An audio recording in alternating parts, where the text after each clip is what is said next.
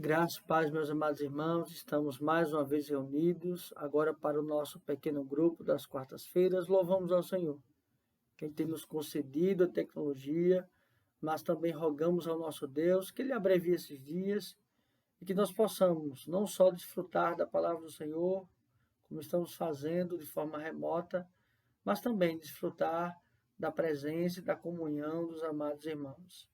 Meus amados irmãos, como os irmãos bem sabem, esse estudo está sendo gravado, mas os irmãos podem estar tecendo comentários, fazendo perguntas no chat aqui do YouTube e bem como também no nosso grupo do WhatsApp. É importante lembrar os irmãos que estejam compartilhando pedidos, agradecimentos de oração, na certeza de que o nosso Deus ouve as nossas orações. É também importante lembrar que os irmãos estejam também orando por isso, do jejum convocado pelo conselho da nossa igreja para o próximo sábado, dia 29. Momento este que a igreja estará orando ao nosso Deus por esses dias tão difíceis, que o Senhor também nos dê a capacidade de estar atendendo plenamente a santa convocação do Senhor. Meus amados irmãos, nós hoje vamos estudar, como bem falamos, de forma intercalada. Nós continuamos os Salmos no primeiro momento, a partir do livro 2, Salmo 42, Salmo 43. Depois intercalamos com a carta do apóstolo Paulo aos Efésios, carta esta, a carta do apóstolo em sua primeira prisão em Roma. E agora nós vamos vislumbrar acerca de um dos profetas menores, iniciando por Oséias. Profetas menores, esta expressão que nada tem a ver com a questão teológica desses profetas, mas sim com o quantitativo de escritos, de versículos, de capítulos, enfim. Então, são 12 profetas menores e são verdades preciosas da parte do nosso Deus. Meus amados irmãos, mas antes de nós iniciarmos, vamos ter uma breve palavra de oração, rogando ao Senhor que Ele nos ilumine com através do seu Espírito, para entendermos a sua santa palavra. Oremos ao Senhor nesse instante. Pai, muito obrigado, Senhor, mais uma vez, por estarmos reunidos de forma remota. Ó Deus, tem misericórdia de nós, abrevia esses dias, para que nós possamos, ó Deus, estar juntos, ouvindo a Tua palavra, também desfrutando da companhia, da comunhão dos irmãos. Abençoe cada família. E agora, Deus, que nós te pedimos é a iluminação do Teu Espírito para o entendimento da Tua palavra, para a compreensão de qual seja a boa, perfeita e agradável vontade do Senhor. Assim que nós oramos, em nome de Cristo, nós já te agradecemos. Amém. Meus amados irmãos, se há algo difícil, não só para os nossos dias, mas para a sociedade, para o indivíduo, é a concepção de fidelidade. A fidelidade não só em relação às suas relações conjugais, relações interpessoais, seja no trabalho, enfim, mas também a relação de fidelidade consigo mesmo, com os seus princípios, com valores e principalmente fidelidade ao Senhor. E é nesse sentido, é nesse contexto, é nessa concepção que temos este livro do profeta Oséias, que quer dizer salvação, ou Deus salva. E este livro ele vem com esta proposta de demonstrar a infidelidade, a incredulidade, a idolatria, a imoralidade do povo do Senhor. Ele está dentro de um período por volta de 721 a.C., antes ali do profeta Amós. Ele também vem com uma proposta de ser antes da invasão dos assírios a Samaria, e Samaria também é fruto da imoralidade do povo do Senhor. E nós vemos então que esta é a concepção deste profeta. É considerado também este livro um sermão prático, ou seja, porque não propriamente serão as palavras do profeta que será a forma de Deus a comunicar ao seu povo, mas sim uma ação do profeta que Deus então comunicará a verdade a este povo. Nós vamos ver hoje, do capítulo 1 até do verso 1 até o verso 1 do capítulo 2, principalmente acerca desta simbologia da infidelidade do povo, deste casamento do profeta Oséias com Gomer, uma prostituta, e isto para simbolizar a infidelidade do povo a Deus. Mas vamos então começar verso a verso, como sempre fazemos, e entendendo a palavra do nosso Deus.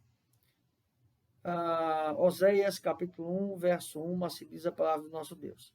Palavra do Senhor que foi dirigida a Oséias, filho de Beri, nos dias de Uzias, Jotão, Acais e Ezequias, reis de Judá, e nos dias de Jeroboão, filho de Joás, rei de Israel. Aqui ele nos traz duas concepções importantes.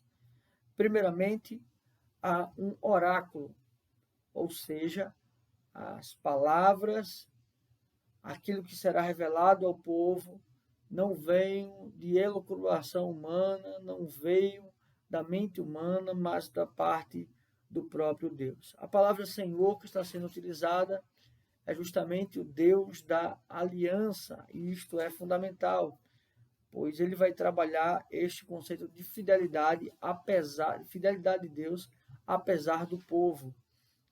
Uma outra coisa importante é que a concepção aqui é tentar mostrar que, embora este povo esteja dividido, e aqui Reino do Norte, Reino do Sul, Judá, Israel, é tanto que ele cita aqui os nomes dos reis, demonstrando a linhagem de Davi, e uma linhagem de Jeroboão, que na verdade aí será uma geração inteira fiel ao Senhor. Ele vem então traçar essa concepção de que este reino está dividido, mas haverá um tempo que a graça do Senhor, a misericórdia do Senhor unirá todo o seu povo. Então ele inicia dessa forma, com um oráculo, nos colocando a par dessa situação da divisão do povo. E no verso 2 ele vai dizer: quando pela primeira vez falou o Senhor por intermédio de Oséias. Então o Senhor lhe disse: vai, toma uma mulher de prostituição e terás filhos por prostituição, porque a terra se prostituiu, desviando-se do Senhor. Aqui então é interessante porque normalmente nós pensamos em um profeta que vai trazer justamente juízo da parte do Senhor, ou seja, exortação, admoestação, mas com palavras. Mas nesse sentido é diferente. A exortação, a denúncia que o profeta vai trazer desta infidelidade vai ser com um exemplo, ou seja, o sacrifício deste profeta para que Deus simbolize a relação do seu povo com o próprio Deus. Então, ele vai falar através de si mesmo, através do seu próprio exemplo de um sacrifício, casando-se com uma prostituta. E, na verdade, a concepção aqui de prostituta ou prostituição não tem a ver com aquilo que nós já pensamos de forma direta. Pessoas que vendem o seu corpo para sobreviverem, enfim, nesse sentido. Mas a prostituição na Bíblia ela tem a ver com dois aspectos. Primeiramente, a idolatria, ou seja, aqueles que abraçam uma outra fé que não seja no Deus verdadeiro e que adoram a outros deuses, estes são prostitutos. Pessoas que são infiéis, sejam seus cônjuges, sejam também ao próprio Deus, também são prostitutos. Então, a concepção de prostituição aqui tem a ver com idolatria e infidelidade. Mas um conceito aqui importante que ele utiliza, e nós poderíamos pensar nisso, é como o Senhor pede a este profeta para pecar. Na verdade, tomar por prostituta, tomar uma prostituta como esposa era um pecado somente, era proibido somente aos sacerdotes. Mas, por exemplo, Salmão, que ele vai ter também por prostituta, né, Raabe, que está na genealogia de Cristo, também foi um casamento. Então perceba que aqui nós não vamos tecer no sentido de julgarmos esta concepção, mas sim o princípio que o Senhor quer estabelecer para o povo. Ou seja, ele quer falar através de um ato que não seria o correto, para que o povo entenda o tamanho do seu problema, o tamanho do seu pecado. Então ele vai tomar essa mulher por prostituta. E o que é importante aqui salientar nesse texto é que esta mulher não era casta e depois se tornou prostituta. Não, ele vai contrair o matrimônio com uma mulher prostituta.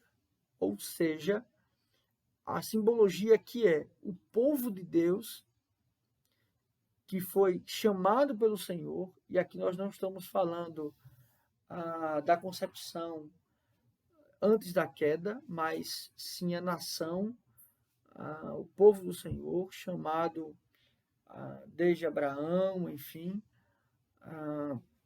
é chamado na idolatria, é chamado na infidelidade. Então é o Senhor que vai santificando esse povo. E aqui é a mesma coisa. Ou seja, esta mulher, ela é tirada desta sua vida de prostituição e agora ela terá um casamento. E nós vamos observar ao longo deste livro como será a relação deste profeta com esta mulher.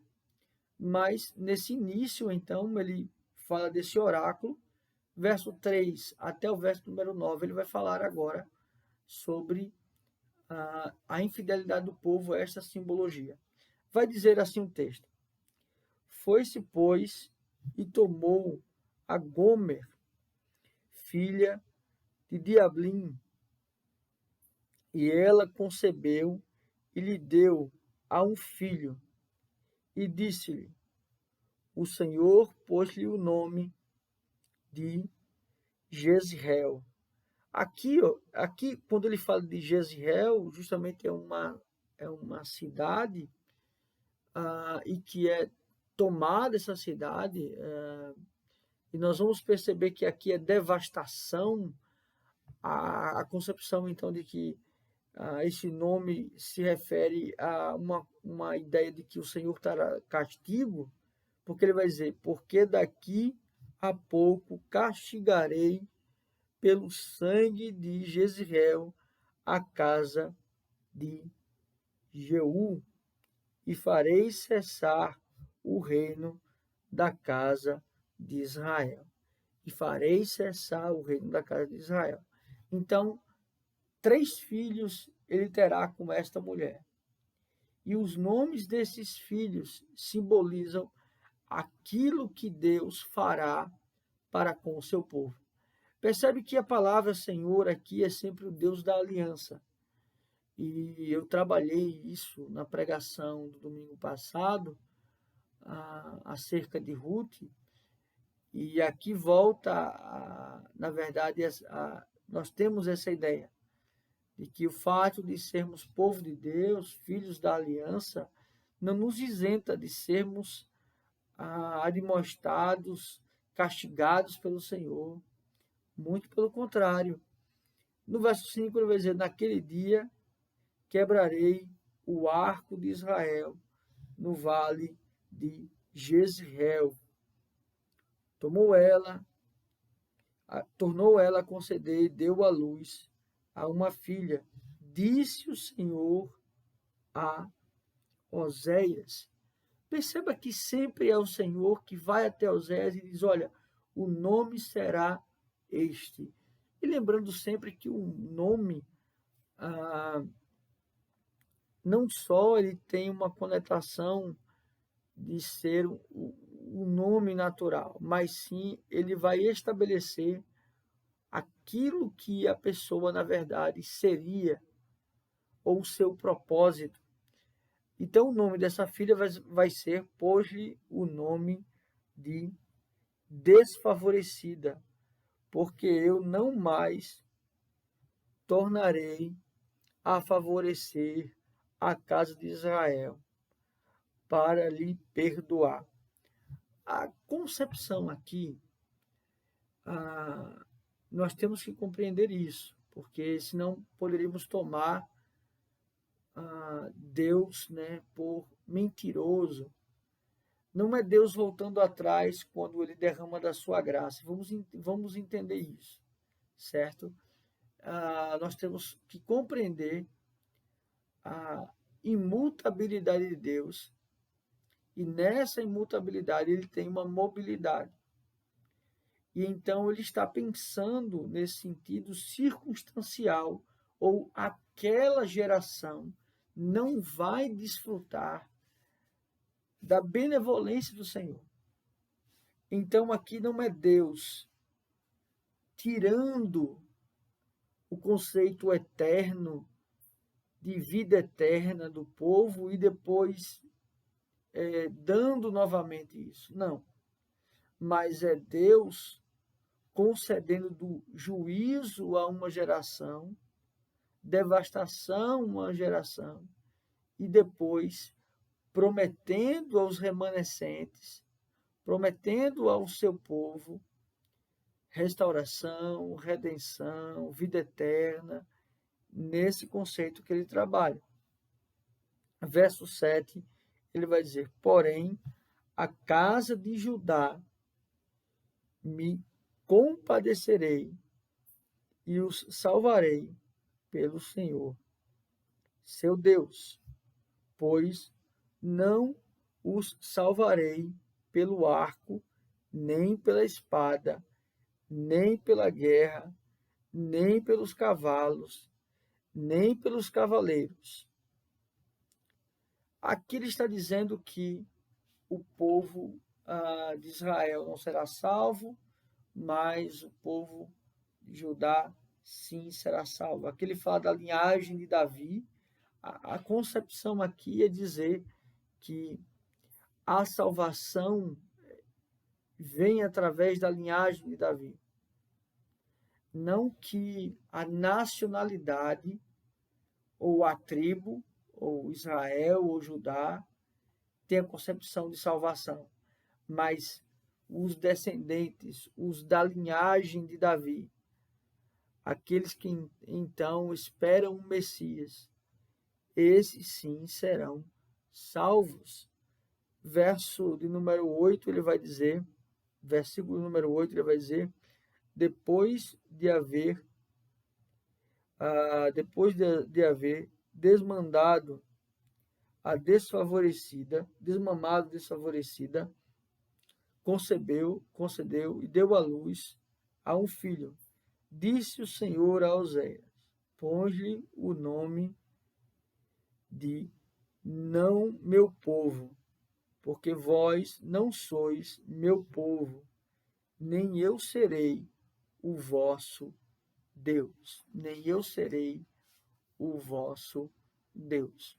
O Senhor aqui é como se ele estivesse se afastando do seu povo e negando este povo.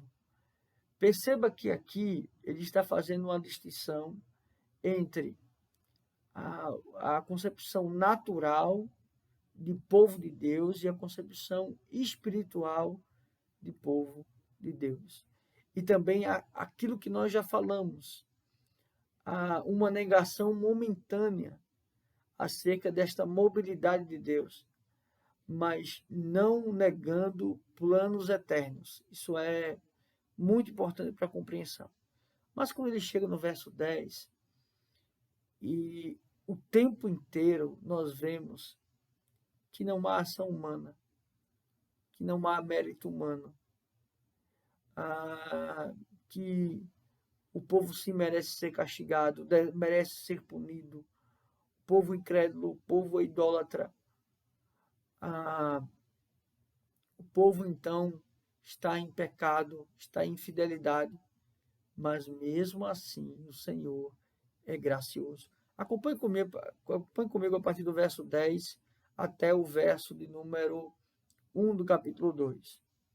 Todavia, o número dos filhos de Israel será como a areia do mar, que não se pode medir, nem contar.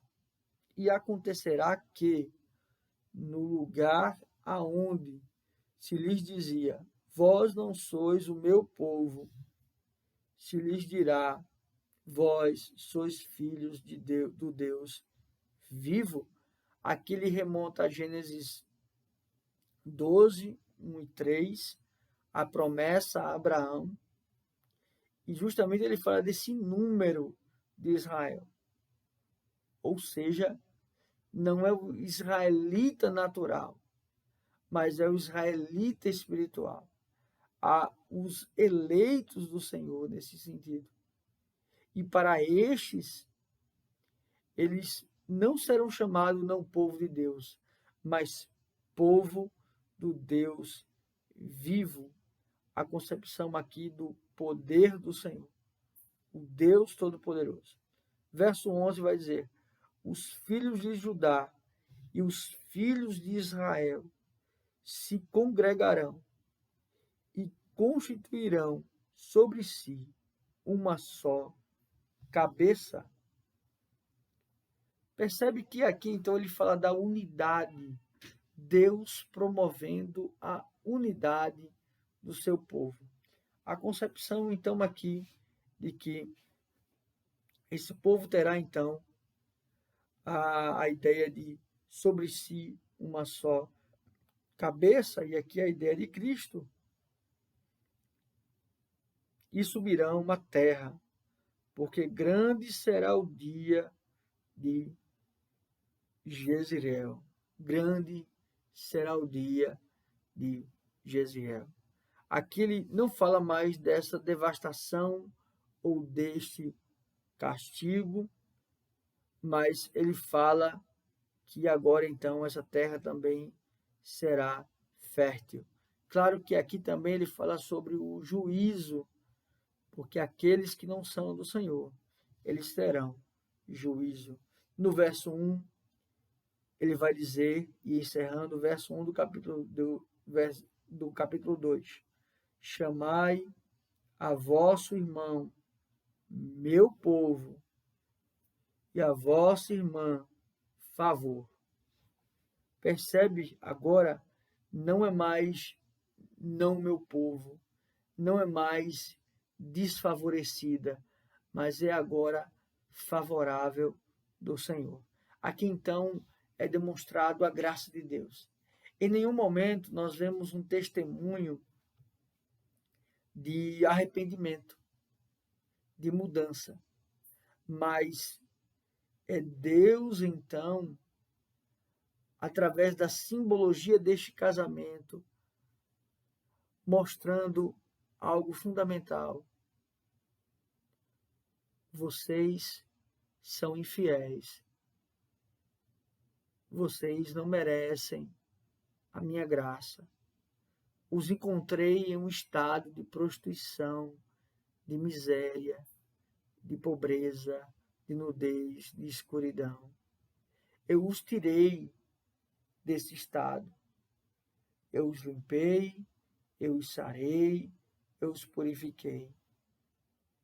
Mas ainda houve um momento que vocês me traíram e voltaram para o estado de pobreza, de miséria, para o estado de escuridão. Mas quando vocês resolveram me trair, eu os comprei de volta para mim. Percebe, meus irmãos?